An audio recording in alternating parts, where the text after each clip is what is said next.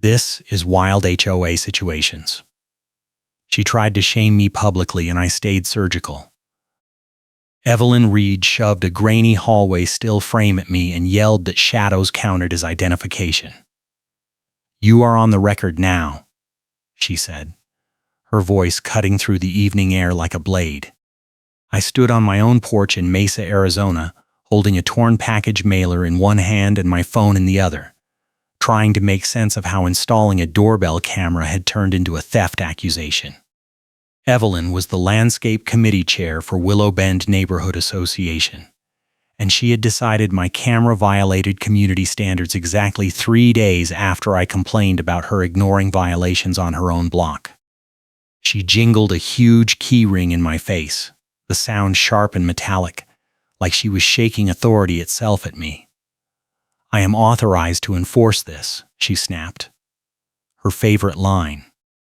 The keys were supposedly for clubhouse access, mailroom entry, and pool gates, but she carried at least 20 of them, and I had no idea what half of them opened. She pointed at the doorbell camera mounted next to my front door. "That is a violation of the privacy standards outlined in Section 12 of the Community Handbook. You have 72 hours to remove it or face enforcement action." I work as a paramedic, and I have seen people lie under pressure before, but Evelyn had a special talent for it. She did not just bend the truth, she twisted it into a weapon and aimed it at anyone who questioned her. I had moved into Willow Bend 6 months earlier, drawn by the location and the reasonable HOA fees, and it had taken me exactly 4 months to realize the association was run like a personal fiefdom by a handful of board members who selectively enforced rules based on who they liked. Evelyn was at the center of it, using her landscape committee role as a backdoor into every other aspect of community management. The privacy standards she was citing did not exist. I had read the handbook cover to cover twice. Doorbell cameras were explicitly allowed as long as they only captured your own entryway and the shared walkway immediately in front of it. My camera did exactly that, and I had checked the angle 3 times before installation to make sure I was not accidentally filming anyone's windows or side yards. But Evelyn did not care about facts. She cared about control, and I had just challenged her by filing a complaint about the dead shrubs and overgrown weeds on her street that she had been ignoring for weeks while writing up violations for everyone else. "You are lucky I am not harsher," she added, her voice dripping with fake sympathy. She pulled a clipboard in a clear plastic sleeve from under her arm and tapped it like it was a legal document. "This is your formal notice. Remove the camera, or the association will remove it for you and bill you for the labor." I did not remove the camera. Instead, I went to the Willow Bend management office the next morning and filed a formal dispute. The office was a cramped single-room setup in a strip mall on the edge of the neighborhood, staffed by one part-time property manager named Luis, who handled 3 different associations and always looked like he was drowning in paperwork. I handed him a printed copy of the handbook section that allowed doorbell cameras and asked him to document that my installation was compliant. Luis barely looked up. He scanned the page, nodded, and said he would add it to my file. "That should handle it," he said, but his tone suggested he had seen this exact fight before and knew it would not end there. He was right. 2 days later, I came home from a long shift at the hospital to find a notice taped to my door, claiming I had been identified as a suspect in the theft of cleaning supplies and tools from the clubhouse storage closet. The notice said a witness had reported seeing me near the closet on the evening of the theft, and it demanded I return the stolen items within 24 hours or face a formal hearing and potential legal action. I had never been inside the clubhouse storage closet. I had barely been inside the clubhouse at all, except for one mandatory new resident orientation meeting where Evelyn had spent 40 minutes explaining the pool towel return policy. But now I was being accused of stealing supplies I had never seen, based on a witness I had never met, and the notice gave me less than a day to respond. The timing was not a coincidence. I had filed my camera dispute 3 days earlier, and Evelyn had lost. This was retaliation, and it was obvious. I called Luis immediately. He sounded tired when he picked up, like he had been expecting my call. "I see the notice," he said before I could even explain. "I did not write it. Evelyn submitted it directly to the board last night, and they approved it without consulting me. I told them it should go through the standard review process, but they overrode me." "So what do?" I asked. He hesitated.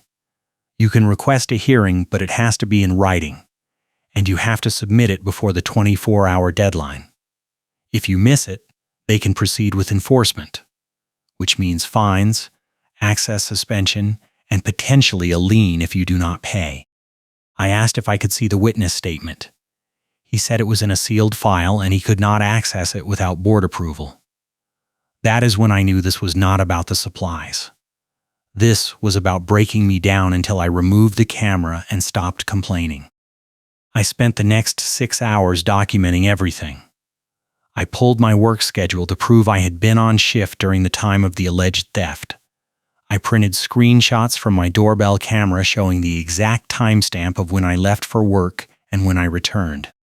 I wrote a 3-page rebuttal explaining that I had no access to the clubhouse storage closet, no key, and no motive to steal cleaning supplies when I could buy the same items at any hardware store for less than $20.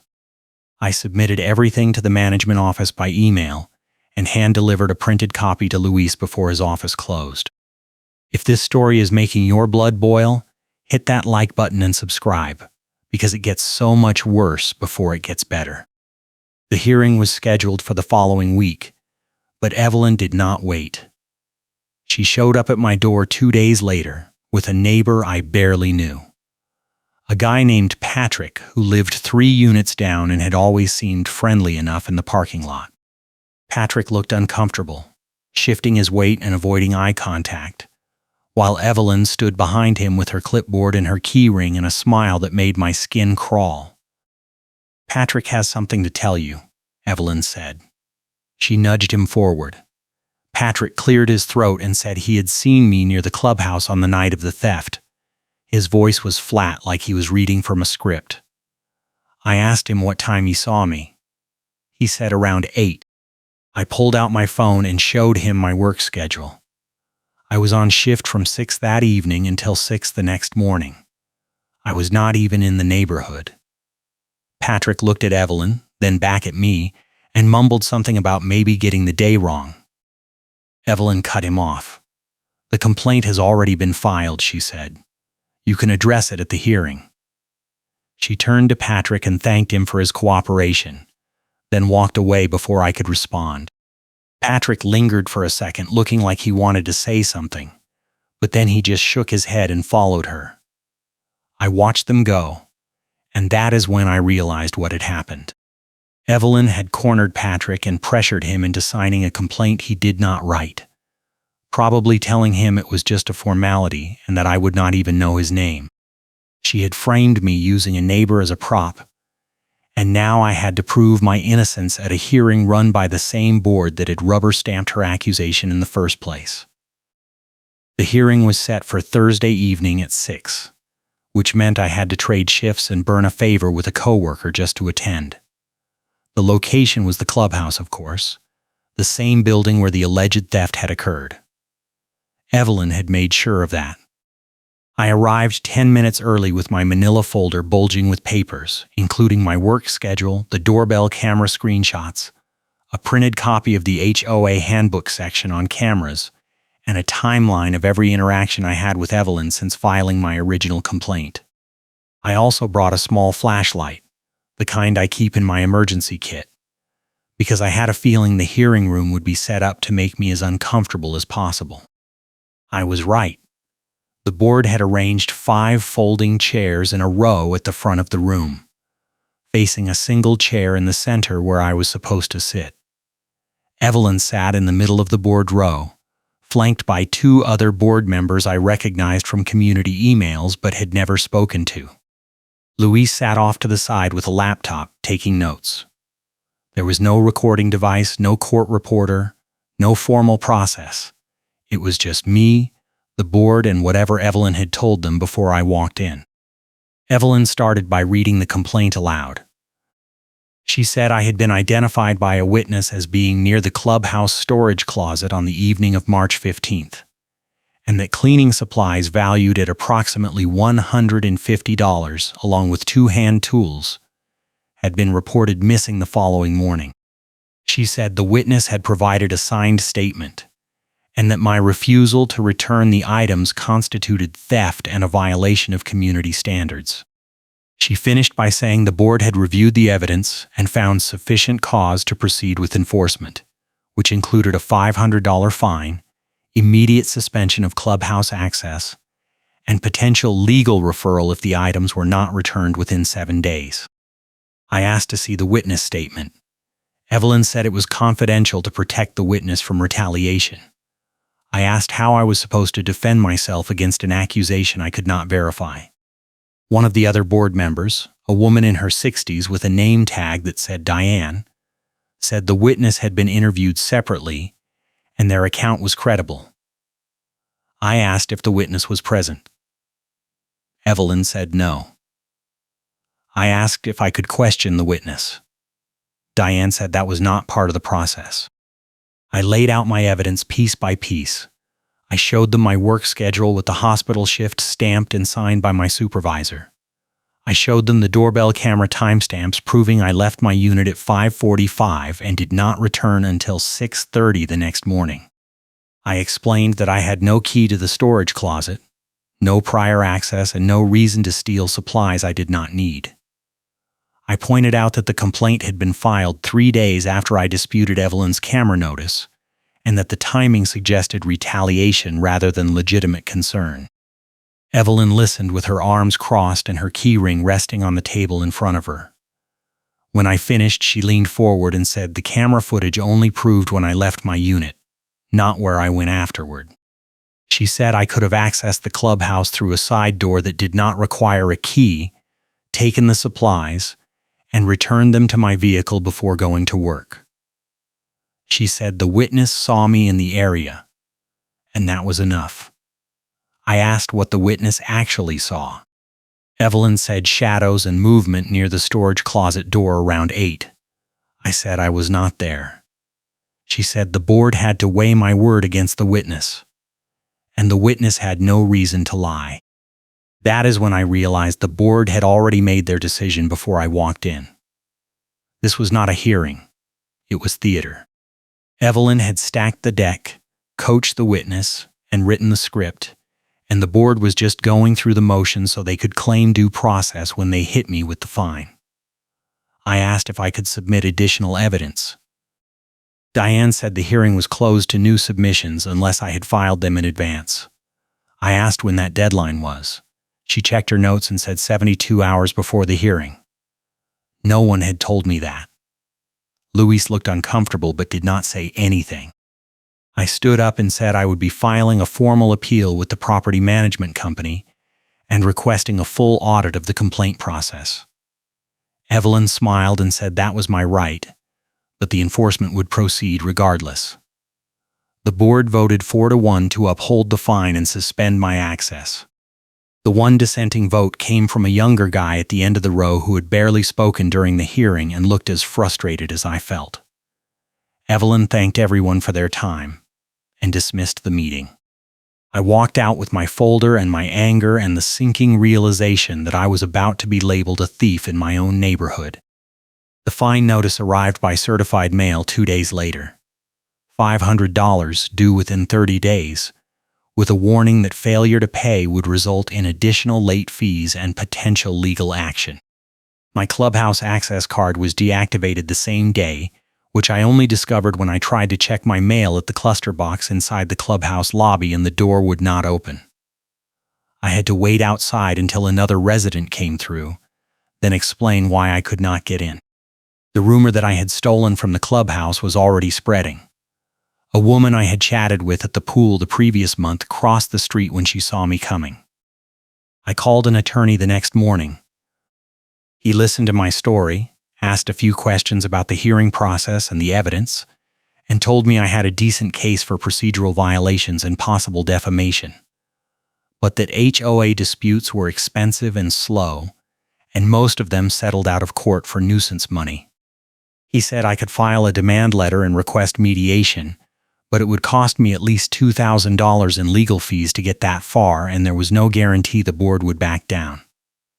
He also said the theft accusation was the bigger problem. If Evelyn pushed it to the police, I would be dealing with a criminal investigation on top of the civil dispute, and that could affect my job. Paramedics in Arizona have to maintain a clean record with the state licensing board, and a theft allegation, even an unfounded one, could trigger a review. I decided to handle it myself. If Evelyn wanted to play dirty, I would go cleaner. I started by filing a public records request with the HOA for all complaints filed in the past year, all hearing minutes, and all enforcement actions. Arizona law requires HOAs to provide access to association records, and while they could charge a reasonable copying fee, they could not deny the request outright. I submitted the request by certified mail and copied the property management company. Then I started gathering my own evidence. The first thing I did was go back through my doorbell camera footage for the entire week surrounding the alleged theft. I did not just look at my own comings and goings. I looked at everyone who passed my unit, everyone who walked toward the clubhouse, and everyone who came back. The footage was time-stamped and stored in the cloud so it could not be altered or deleted. I found 3 separate clips of Evelyn walking toward the clubhouse in the evening during the week of the theft, always alone, always carrying a large canvas tote bag, and always returning 20 to 30 minutes later with the bag looking heavier. I saved the clips and burned them to a thumb drive. The second thing I did was talk to the clubhouse cleaning crew. They came twice a week, on Tuesday and Friday mornings, and they were contracted through a local janitorial service, not employed directly by the HOA. I waited until the next Tuesday and caught them as they were finishing up. I explained that I had been accused of stealing supplies from the storage closet and asked if they had noticed anything missing. The older woman on the crew, Rosa, said she had reported missing supplies to the management office 3 times in the past 2 months, but nothing had been done about it. She said it was always the same items: multi-purpose cleaner, paper towels, trash bags, and small hand tools like screwdrivers and pliers. She said the lock on the storage closet was old and did not always latch properly, and that she had seen it standing open on more than one occasion. I asked if she had ever seen anyone taking supplies. She hesitated, then said she had seen Evelyn inside the closet once about a month earlier holding a box of trash bags. Rosa said she assumed Evelyn was doing inventory or restocking, so she did not think anything of it at the time. I asked if she would be willing to write a statement. Rosa said she could not afford to lose the contract, and if the HOA found out she had talked to me, they would replace the cleaning company. I understood. I thanked her and left, but I made a note of the dates she had reported the missing supplies. If I could match those dates to Evelyn's access logs, I might have something. The third thing I did was request my own access logs. The clubhouse used an electronic keycard system that tracked every entry and exit. I had a right to see my own logs, and I submitted a written request to Luis. He said he would pull them, but it might take a few days because the system was managed by an outside vendor and he had to submit a ticket. I told him I needed them before the appeal deadline. He said he would do his best. 3 days later, I got an email from the vendor with a PDF attachment showing my keycard activity for the past 6 months. I had accessed the clubhouse exactly 4 times, twice for the new resident meeting, once to check the community bulletin board, and once to pick up a package that had been delivered to the clubhouse office by mistake. None of those entries were anywhere near the storage closet, and none of them were on the night of the alleged theft. I also requested Evelyn's access logs, but the vendor said they could not release another resident's data without a formal legal request or board authorization. I filed the request with the board anyway, knowing they would deny it, but creating a paper trail. They denied it 2 days later, citing privacy concerns. I appealed, arguing that if I was being accused based on access to the clubhouse, then the accuser's access should be equally scrutinized. They denied the appeal. Luis sent me a one-line email saying the board had final authority on records requests and the matter was closed. That is when the side complication hit. I went back to the management office to submit my appeal packet in person, and I arrived 10 minutes before closing. Luis was at the desk, but he looked nervous when I walked in. He glanced at the clock and said he had to lock up soon. I handed him the packet, which included my access logs, the doorbell footage stills, the timeline of Evelyn's retaliation, and a formal request for the HOA to investigate the real source of the thefts. Luis took the packet, flipped through it quickly, and then said something that made my stomach drop. "There is another file," he said quietly. He looked around like he was checking to see if anyone was listening. "It came in yesterday, and it has your name on it, but I was told not to give you access until after the appeal is resolved." I asked what was in the file. He said he could not tell me. I asked who submitted it. He said Evelyn. I asked if it was more accusations. He did not answer, but his expression said yes. He glanced at the clock again and said he really had to close. I asked if he could at least tell me what the new accusation was about. He hesitated, then said it involved my vehicle and the tow company, and that was all he could say. He locked the door behind me as I left, and I stood in the parking lot trying to piece together what Evelyn was planning next. I did not have to wait long. The next morning, I woke up to find a bright orange sticker on my windshield, warning that my vehicle was in violation of parking regulations and would be towed within 24 hours if I did not move it to a compliant space. My truck was parked in my assigned spot, the same spot I had been using since I moved in, and there was no violation.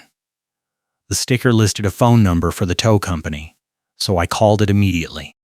The dispatcher, a woman named Sharon, said my vehicle had been reported as blocking a fire lane and that the association had requested immediate removal authorization. I explained that I was parked in my assigned spot, not a fire lane, and that the report was false. Sharon said she would need to verify with the association before canceling the tow order. I asked who at the association had called it in.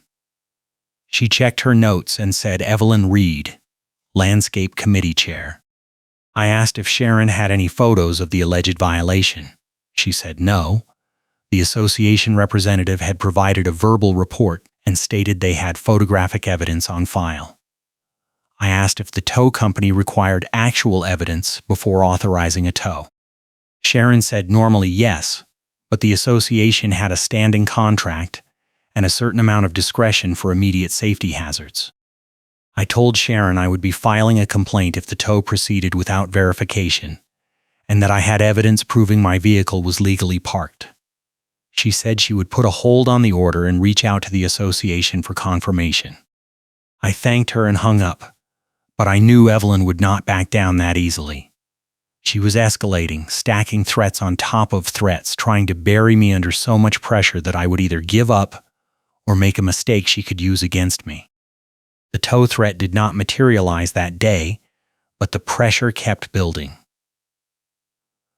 I got an email from Diane, the board member who had run the hearing, saying my appeal had been reviewed and denied. The email was 2 sentences long and offered no explanation beyond the board stands by its original decision. I responded asking for a detailed explanation of why my evidence had been rejected. I never got a reply. The $500 fine was still due in 3 weeks, and my access suspension was still in effect. I could not get into the clubhouse, could not use the pool, and could not even check my mail without waiting for another resident to open the door. Then Evelyn made her biggest mistake. She tried to take my phone. It happened in the parking lot, 3 days after the tow sticker incident. I was walking back to my unit after a grocery run, and Evelyn was waiting by the mailbox cluster with her clipboard and her keyring. She stepped in front of me and said we needed to talk. I said I had nothing to say to her and tried to walk past. She blocked my path and said I had been harassing vendors and staff and that she had complaints from multiple people about my behavior. I asked who. She did not answer. She just held up her phone and said she was recording the conversation for her records. I pulled out my own phone and started recording. Evelyn's face went red. She said I did not have permission to record her. I said we were in a public space and I had every right to document our interaction. She reached for my phone. I stepped back. She lunged again, trying to grab it out of my hand, and I had to twist away to keep her from getting a grip on it. That is when Patrick came around the corner with another neighbor, an older man named Ed who lived on the first floor. They both stopped and stared. Evelyn yelled that I was threatening her and that they needed to call the police. I said I had not touched her and that I had the whole thing on video. Patrick looked at Ed. Ed looked at me. No one called the police, but Evelyn kept yelling, accusing me of assault, of harassment, of theft, piling accusation on top of accusation, while I stood there with my phone recording every word. Patrick finally stepped in. He said Evelyn should back off and let me go. Evelyn turned on him and said he had already given his statement and he needed to stay out of it. Patrick said he never gave a statement, he just said he might have seen someone, and that Evelyn had told him it was a formality. Evelyn said he was misremembering. Patrick said no, he was not, and he was done being used. He walked away. Ed followed. Evelyn stood there, breathing hard, her clipboard shaking in her hand, and then she said I would regret this. She turned and walked toward the clubhouse, and I stood in the parking lot with my phone still recording, my heart pounding, and a clear video of her trying to grab my phone and screaming accusations in front of witnesses. That video changed everything. I sent a copy to Luis with a formal complaint about Evelyn's behavior. I sent another copy to the board with a demand that they address her harassment immediately.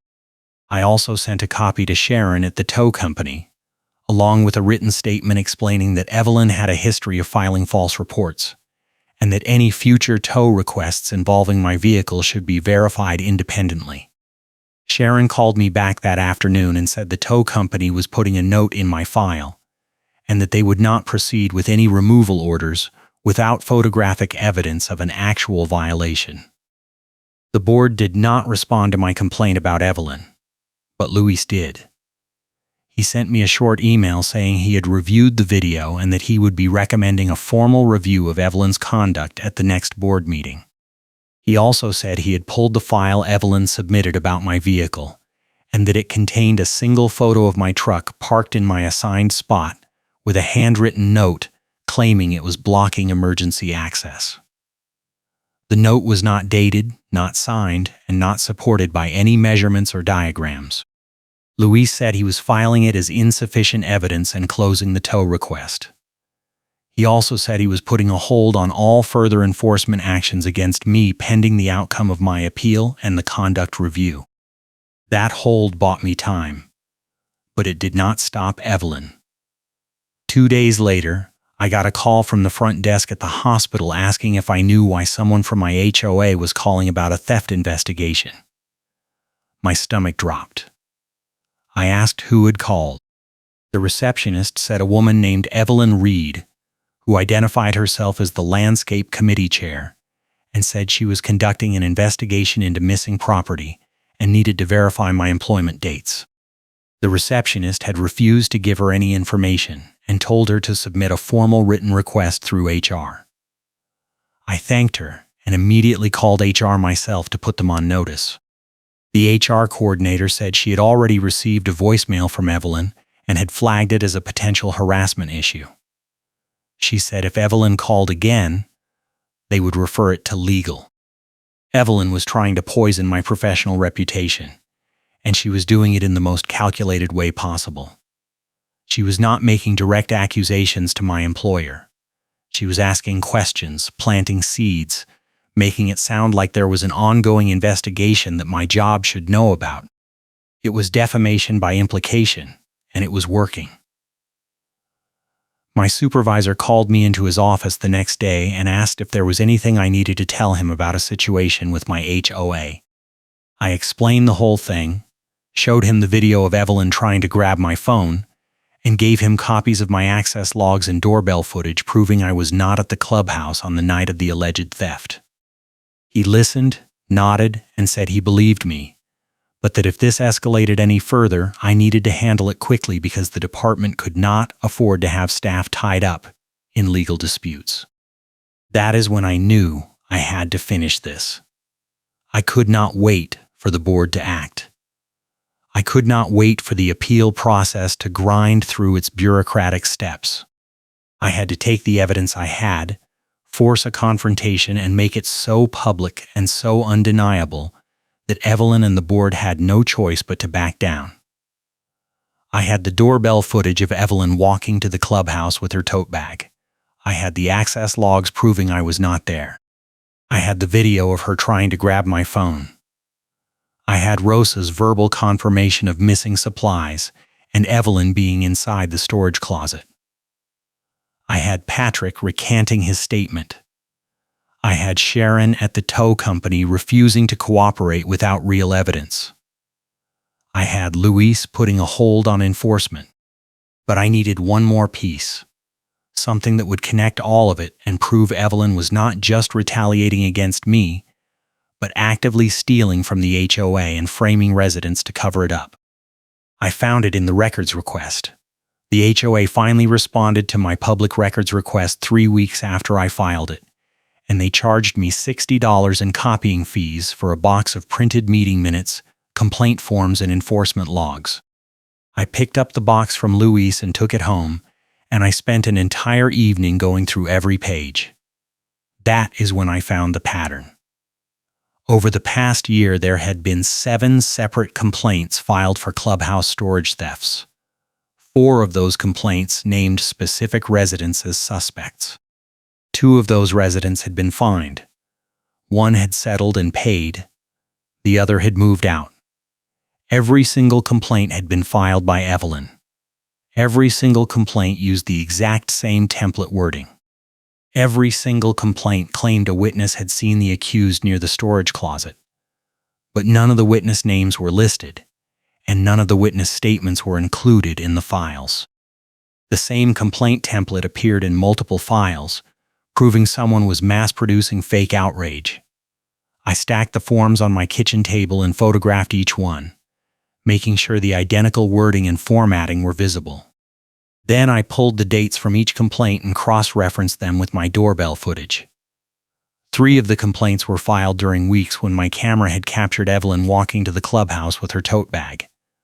I made a timeline, printed it, and added it to my evidence folder. The next step was forcing the confrontation. I had the management office closes soon, and I had one shot to deliver the dispute packet in person. So I scheduled an appointment with Luis for the following afternoon and told him I had new evidence that required immediate board review. He said he could not promise the board would look at it before the next scheduled meeting, but he would pass it along. I said I was not asking him to pass it along. I was going to present it in person, and I needed him to let the board know I would be at the next meeting whether they invited me or not. He hesitated, then said he would see what he could do. The board meeting was scheduled for the following Thursday at 7 in the evening. I showed up at 6:45 with my folder, my laptop, and a thumb drive with all the video files. The meeting was in the clubhouse conference room, and the board was already gathered when I walked in. Evelyn was there, sitting in her usual spot with her clipboard and her key ring. Diane was there along with the other 3 board members. Luis was there with his laptop. I asked if I could address the board during open comments. Diane said open comments were for community issues, not personal disputes. I said this was a community issue, and I had evidence of systematic fraud in the complaint process. That got their attention. Diane said I could have 5 minutes at the end of the meeting. I said I needed 15 and access to the projector. She said I could have 10 and no projector. I said fine, I would hold up printed copies for everyone to see. I sat in the back and waited while the board worked through their agenda, approving landscaping bids and discussing pool maintenance schedules. Evelyn barely looked at me, but I could see her jaw tightening every time I shifted in my seat. When open comments finally came, I stood up and walked to the front of the room. I laid out the timeline first, showing the dates of the 7 complaints, the dates when supplies were reported missing, and the dates when my camera had captured Evelyn walking to the clubhouse. Then I held up the complaint forms, one by one, and pointed out the identical template wording. I explained that multiple residents had been accused using the same script, that no witness statements had ever been provided, and that the only common factor in all 7 complaints was Evelyn. Evelyn stood up and said I was out of order. Diane told her to sit down. Evelyn said I was defaming her and that the board needed to stop this immediately. Diane said I had the floor. I continued. I pulled up the video on my laptop and played the clip of Evelyn trying to grab my phone. Then I played the doorbell footage showing her walking to the clubhouse with the tote bag. 3 separate clips, all time-stamped, all showing the same pattern. I explained that Rosa, the cleaning crew supervisor, had reported missing supplies to the management office multiple times, and had seen Evelyn inside the storage closet. I said I had access logs proving I was not at the clubhouse on the night of my alleged theft, and that the witness who supposedly saw me had recanted his statement in front of other residents. Evelyn stood up again and said this was a witch hunt. She said I was desperate and making things up to avoid paying the fine. Diane told her to sit down again. Evelyn did not sit. She said she had been authorized by the board to enforce community standards, and that I was the one who had violated those standards by installing an illegal camera and harassing staff. I said the camera was legal according to the handbook, and that the harassment complaint was filed after I documented her trying to assault me. Evelyn said I was twisting her words. I said I had it on video. She said I had edited the video. I said the metadata was intact and I could prove it had not been altered. Diane finally stepped in. She said the board would review the evidence and schedule a follow-up meeting to address the allegations. Evelyn said there was nothing to review and that the board should dismiss this immediately. Diane said the board would make that determination, and that Evelyn needed to recuse herself from any vote related to my case.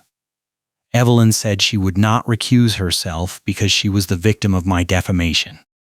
The young board member at the end of the row, the one who had voted against my fine, said he had seen enough, and that the board needed to suspend all enforcement actions against me and open a formal investigation into the complaint process. Diane said they would discuss it in closed session and issue a decision within 2 weeks. I left the meeting knowing I had rattled them, but not knowing if it would be enough. The board could still decide to protect Evelyn and dismiss everything I had shown them. But I had one more move left. The next morning, I called Sharon at the tow company and asked if she would be willing to review the file Evelyn had submitted about my vehicle. Sharon said she already had, and that she had flagged it as insufficient. I asked if she would be willing to testify to that if the HOA tried to enforce another tow. She said she would, and that the tow company was tired of dealing with Evelyn's demands. She said Evelyn had called the vendor office multiple times in the past month demanding immediate action without paperwork, and that the dispatcher had started refusing her calls. The tow driver refuses Karen's order and asks her for paperwork on speaker. That moment happened 2 days later, when Evelyn called the tow company from the clubhouse parking lot and tried to get my truck removed while I was standing right there.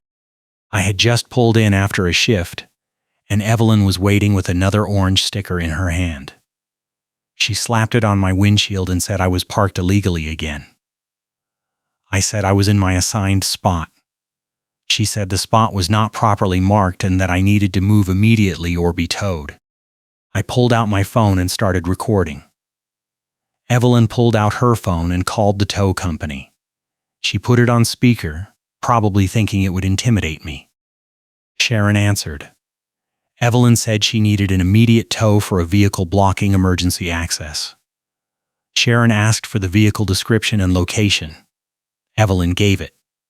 Sharon asked if there was photographic evidence of the violation. Evelyn said she was looking at it right now.